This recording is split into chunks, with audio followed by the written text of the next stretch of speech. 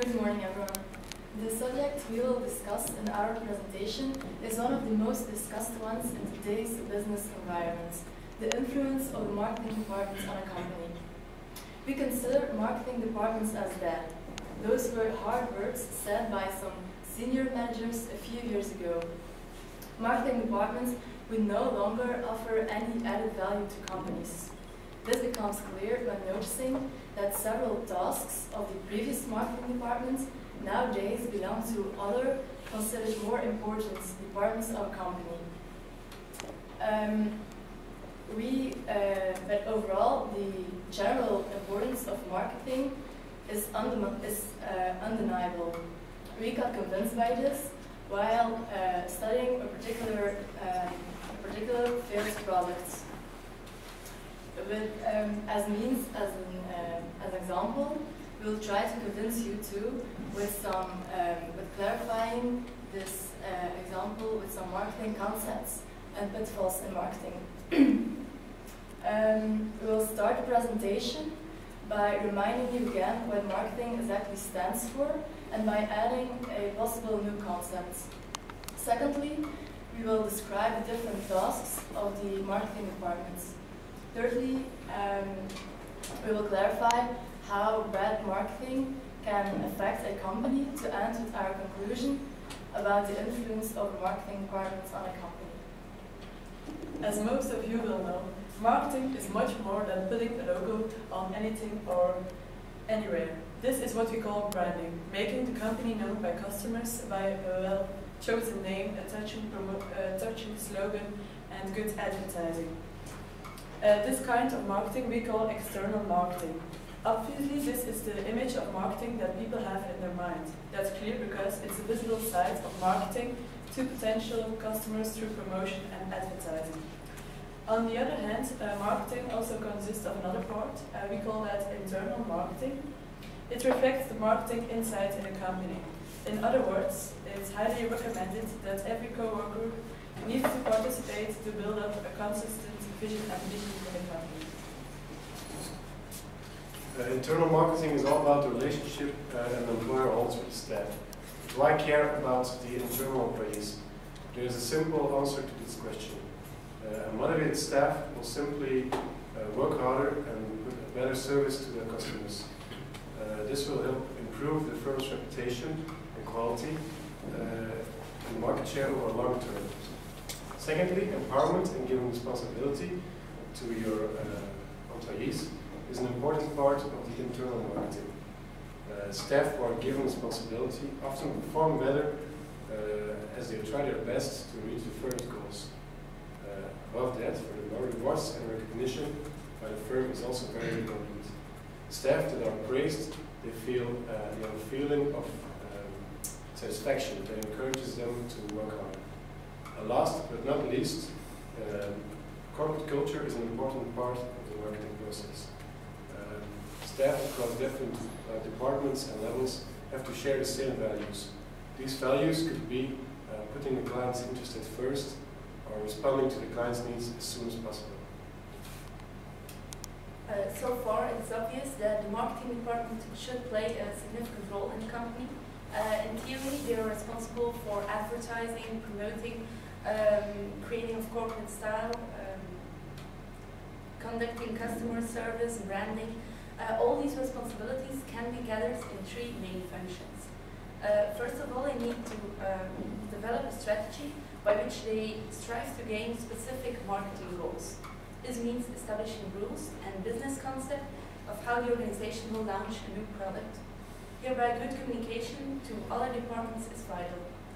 Secondly, they also need feedback from their target audience to find out what their needs and habits are. These opinions need to be combined with those of the research and development department, and with everyone's insight, they can reach a more satisfying service to their customers, and in general, that's the goal the company wants to achieve. The third main function of the marketing department is promoting the new invention by advertising. Nevertheless, branding is still an essential task of the marketing department. It is not the most important one of the department.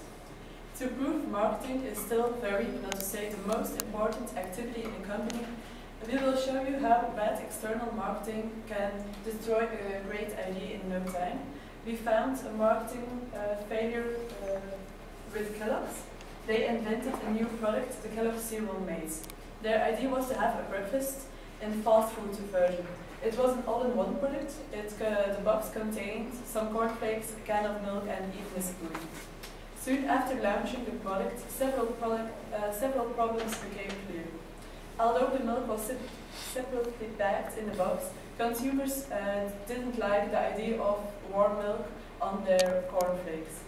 Moreover, storing the entire box in your refrigerator is too complicated. Furthermore, this is an inconsistency with their idea. They wanted a breakfast that you can have anywhere during your day. So if you need to store the box in the refrigerator, eventually you had to pour warm milk on your cornflakes when you go away from home. Another problem was the turnover. The turnover wasn't as high as expected because consumers found the product too pricey. That are some of the problems that caused the pull-off of the product. It's obvious that bad external marketing approach caused here the pull-off. Kellogg's made some clear mistakes from which they could learn a lot already. First of all, we mentioned earlier that consumers do not like warm milk on their cornflakes. This is specific for this product, but there are also some more general marketing aspects you have to take into account. An important lesson is don't mix your messages. I will explain this by using our example. On one hand, they promoted a product like something you can eat anywhere, but on the other hand, it needs to be stored in a refrigerator.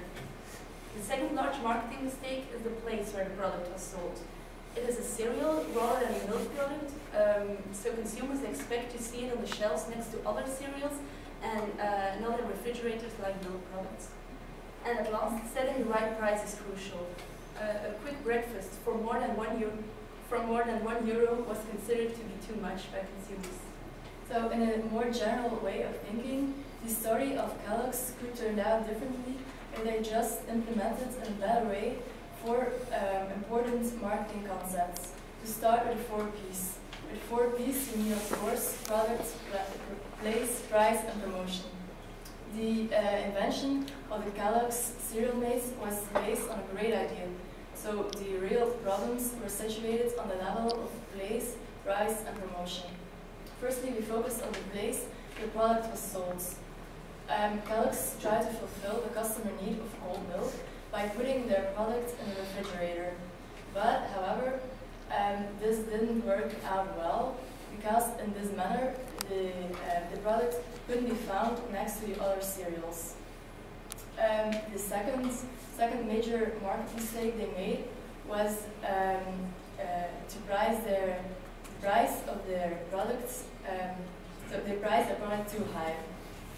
And I also want to highlight the importance of the right promotion.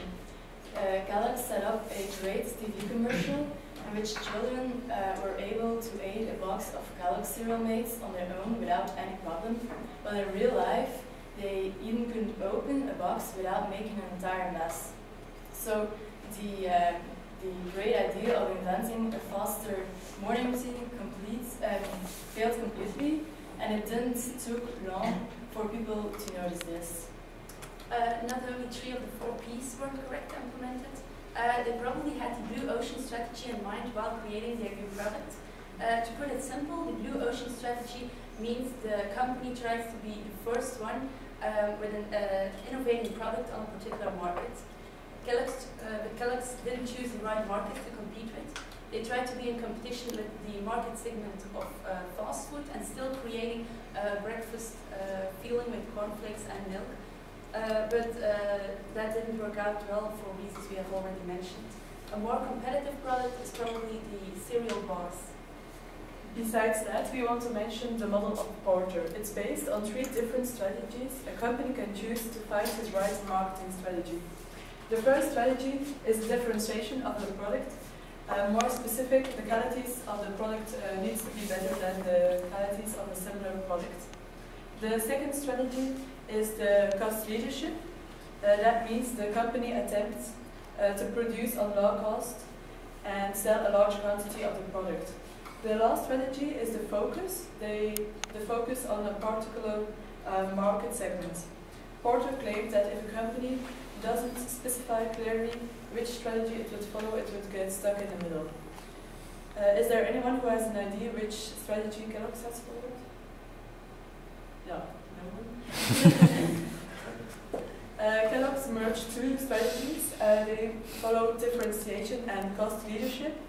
None of those worked out well. So in this way, Kellogg's gets stuck in the middle, the most uncomfortable position in the model of Porter. Marketing mistakes on the level of Porter and the 4 Ps aren't the only strategy mistakes. Some companies who have a lot of success become less objective, and they feel like they're invincible, and due to this arrogance, they take bad decisions. The brand awareness of Kellogg's is widely spread, but apparently it doesn't always lead to success. So brand awareness should not be overestimated. So the previous, maybe a bit drastic examples showed us that the wrong choice of marketing approach can be disastrous for the sales of a relevant product. So in this case, showed the importance of the good external marketing. But what about internal marketing and its importance? Well, bad internal marketing could lead to failure as much as external does. Imagine employees who are not informed about their product and therefore not interested. They will not be motivated about their job, and they will, as a result, the productivity of the firm will definitely decrease. We're convinced that the combined action of both isolated marketing departments and general implementation leads to the best results. Marketing should be a general responsibility. More attention to internal marketing could lead to this common responsibility. As said before, internal marketing is a managerial approach in which the aim is to adopt the marketing theory internally. If there exists an internal consensus about the product can be communicated and produced much better externally. More concrete, internal marketing can clarify the ignorance of non-marketing employees. It is a way of thinking that has to be spread over the entire company. We believe that the right representation of the customer in the company and the overall coordination, on the other hand, must be done by a covering department, the marketing department. So to conclude, we are convinced that the vision towards marketing in the company should change. Everyone should be aware of the importance of its own input to the marketing in this firm, but the main responsibility stays in the hands of the department.